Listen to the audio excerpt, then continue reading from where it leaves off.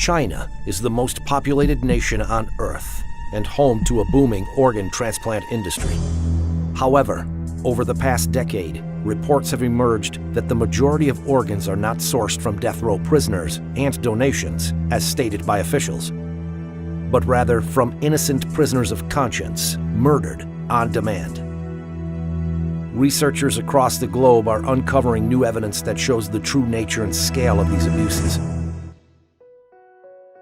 In June 2016, 3 independent investigators jointly published a 680-page report of irrefutable evidence. China, to my knowledge, is the only country in the world where the government-run industrial program kills people and sells their organs. Endless hospitals in here. We go into them in great detail. That we're talking about a very large hospital, endless amounts of transplant surgeons and transplant teams. I was really surprised how high the number was. I mean, as I say, it's multiple between 6 and 10 of the official figures. Hearings were held by the U.S. Congress, the British Parliament, the European Parliament, and the Canadian Parliament. The U.S. House of Representatives unanimously passed a resolution condemning the systematic state-sanctioned organ harvesting from non-consenting prisoners of conscience. China's killing for organs is making a major appearance across media outlets all over the world.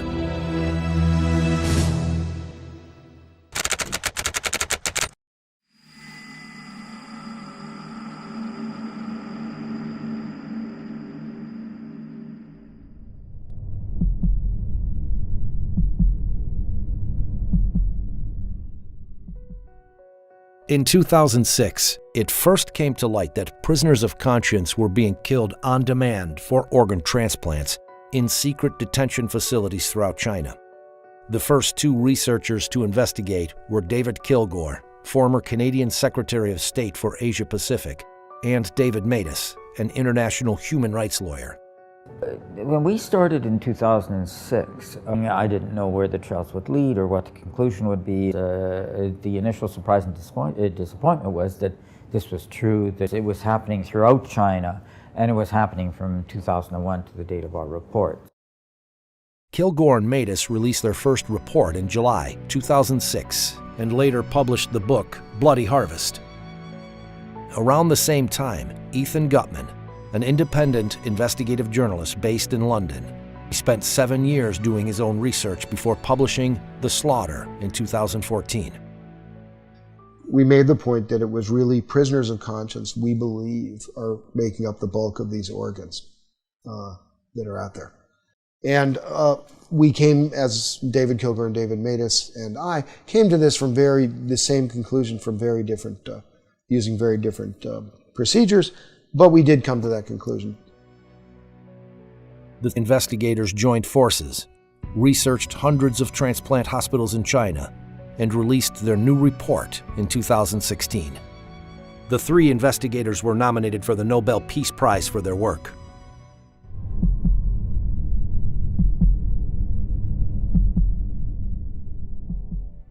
Discovering exactly how large the transplant industry is in China and how many victims there have been is difficult. The researchers spent a decade piecing together the evidence. For example, in September 2013, Director Zhu Jiye of the Liver Transplant Center at the People's Hospital of Peking University told China Economic Weekly, "Our hospital conducted 4,000 liver and kidney transplants within a particular year." So we had to cross-check everything. So when we had posted volume numbers, we cross-checked it against staff, against beds, against research publications, against media reports, against the purchase of immunosuppressive drugs. I mean, every which way we could. And what we were able to do by all this cross-checking is develop a consistent picture. And in that particular case, we came to the conclusion that yes, this claim of 4,000 was real. Shenzhen Central Hospital, they have 500 beds. It's actually over that now. 500 dedicated transplant beds. Now, they were claiming in their internal communications at several points to be doing 131% occupancy. What that means, again, 20 to 30 day stay, or what it suggests is they're doing about 5,000 transplants per year. These examples show that China's official claim of 10,000 transplants per year is easily surpassed by just a few hospitals. But these two hospitals are just the tip of the iceberg. The investigators found that more than 1,000 transplant hospitals applied for permits from the Ministry of Health in 2007 to continue doing transplants. That suggests these hospitals met the ministry's minimum capacity requirement for transplant centers it certifies. 169 were eventually selected. If you assume hospitals just operating at the minimums, never mind our actual estimate is closer to 100,000 a year. The researchers found other evidence of a massive transplant system, some of it from Chinese officials themselves. He Xiaoxun, a member of the expert committee of the Human Organ Donation Commission, stated, "The number of transplants increased by 10 times between 1999 and 2000, and further tripled by 2005. That's a 30-fold increase in 6 years."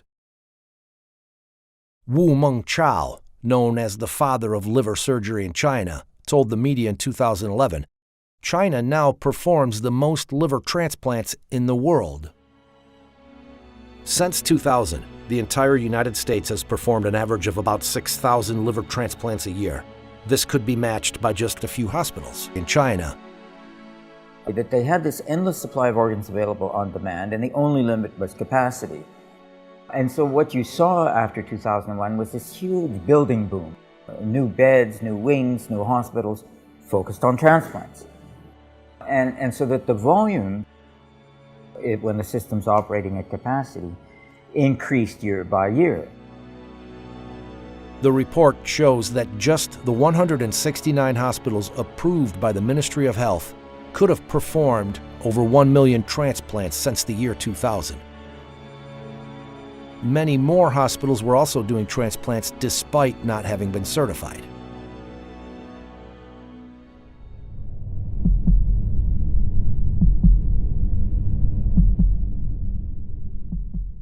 Organ transplantation has been continuously incorporated into the National 5-Year Plan and has become a high priority in China's national strategy. A large number of organ transplant research and training projects are funded under the major national programs and funds. The investigators found that China International Transplantation Network Assistance Center, CITNAC, listed transplant prices for foreigners on its archived website. It was bringing in about $9 or $10 billion a year, this industrial transplant operation going on across China now. It's a lot of money. A lot of hospitals are financing a lot of their activities through that.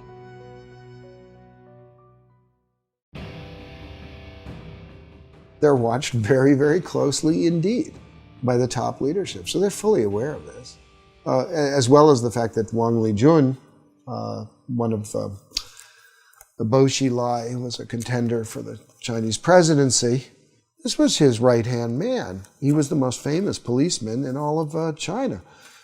Here he is directing organ trafficking. I mean, he had a center which did this. He was given an award for doing this, and specifically for coming up with a new lethal injection method. He did thousands of transplants by his own admission. In the award ceremony, he talks about that. CITNAC website stated, "We need to give all of the thanks to the government for the support extended for our completing such a large number of organ transplants every year. This is a one-of-a-kind in the world."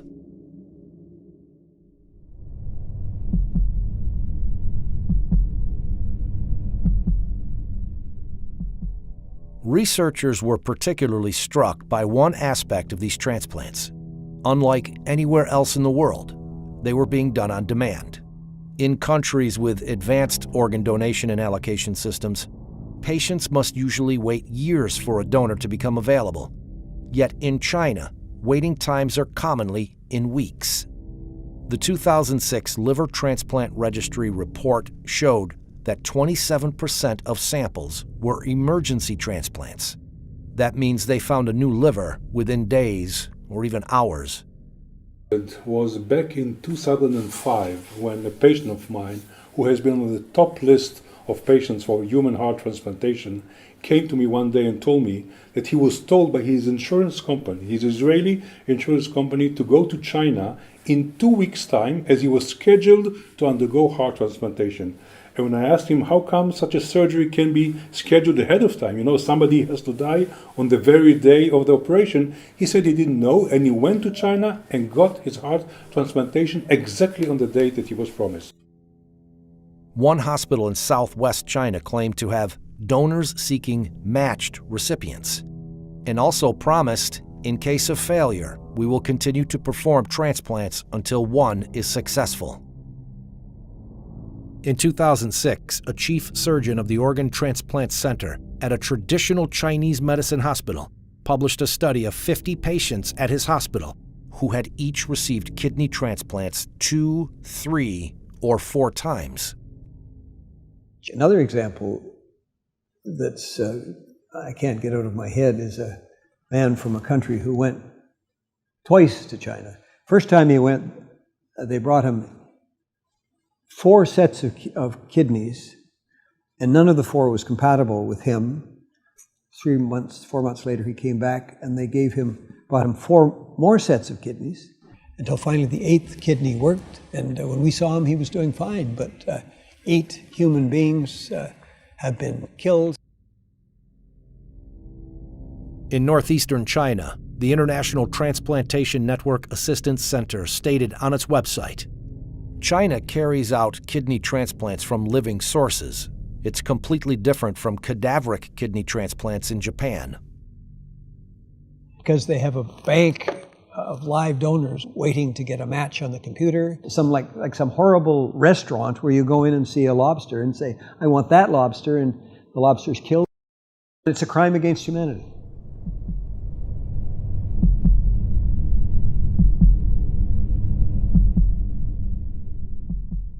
The Chinese government claimed that the vast majority of organs came from death row prisoners, and later, donations. However, international organizations estimate that the number of death row executions at thousands each year since 2000, and decreasing. Chinese tradition requires that bodies remain whole after death. There was no organ donation system in China before 2010. Even today, there are very few donations. Therefore, these 2 sources combined account for only a tiny fraction of all transplants performed in China. China started performing transplants with organs harvested from executed prisoners at a small scale in the 70s. In the years that follow, it also started using organs from prisoners of conscience. In 1999, the crackdown of Falun Gong starts. That is the largest action of scale by the Chinese Communist Party since the Cultural Revolution. And by 2000, 2001, that's when you have this explosion of transplant activity. We see continuity in the numbers over time. Falun Gong is as I call it, it's kind of a Buddhist revival group. It doesn't have churches and so forth, it doesn't have temples. What it has is sort of common beliefs. These shared beliefs revolve around self-improvement based on the values of truthfulness, compassion, and tolerance. By the end of the 1990s, the Chinese government estimated that over 70 million of its citizens were practicing Falun Gong. Jiang Zemin, the head of the Communist Party at the time, saw Falun Gong's popularity and revival of traditional values as a threat to his rule, and launched a violent campaign to eradicate it in July 1999. Hundreds of thousands of Falun Gong practitioners from all over China traveled to Beijing to appeal to the central government, only to be arrested and tortured. When many refused to disclose their identities to protect their families and friends, they became part of a large, anonymous population held captive by the state. More practitioners were rounded up all across China. This is when large numbers of them started disappearing without a trace.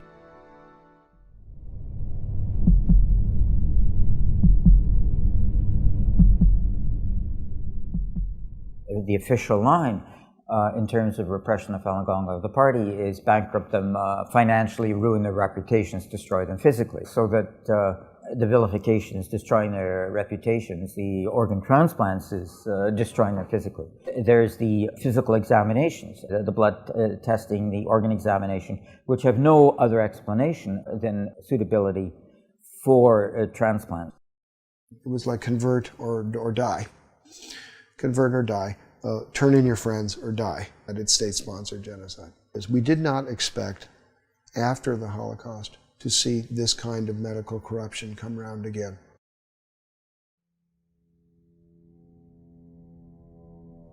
How can doctors, people trained to heal, harvest organs from living people for transplants?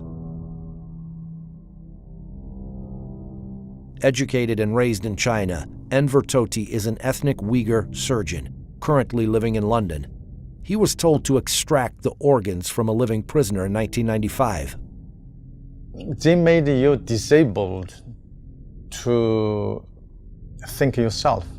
My whole body just become a robot, just performed to do what I have been programmed to do. So anybody, if they label it themselves other than communism, Communist Party or member, then they will be treated as an enemy of the state. Therefore, they are not even qualified as human beings, and therefore they are subject to whatever punishment is available. They made you genuinely believe what you are doing is for a good cause. It is little later I realized I shortened this man's life. That is equal to a killer. I killed him. This thing is haunting me. I have to tell the world to release the things inside my heart to get a little relief.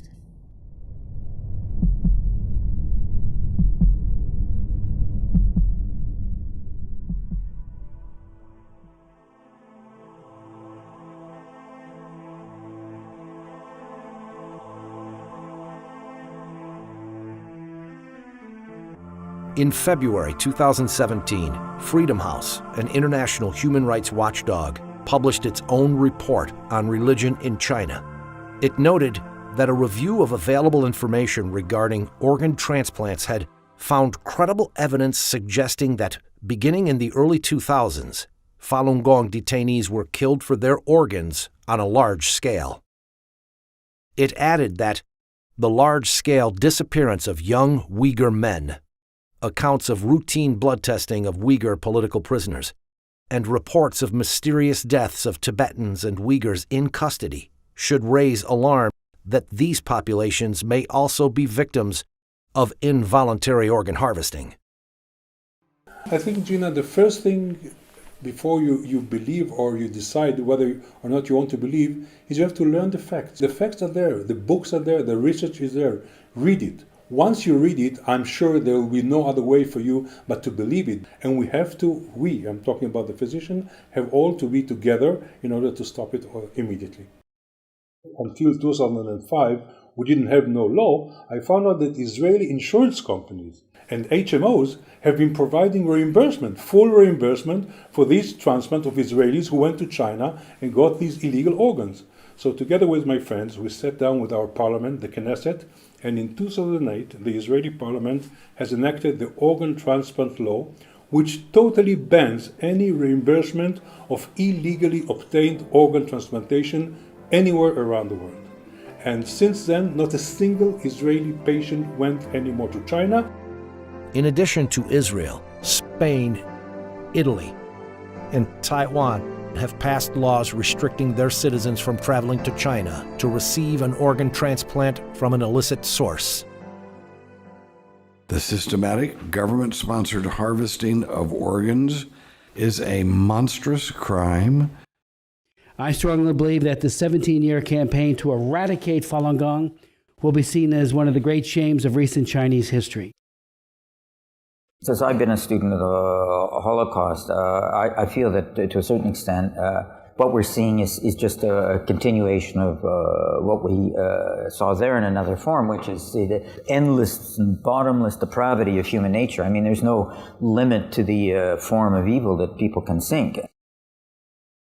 When I was writing The Slaughter, I sometimes said, oh, I'm writing history, and then at the end of it I realized I wasn't. It was actually still going on. This is a new form of genocide, and it's using the most respected members of society to implement it. This is one of the central tests of our time. We can't avoid this any longer.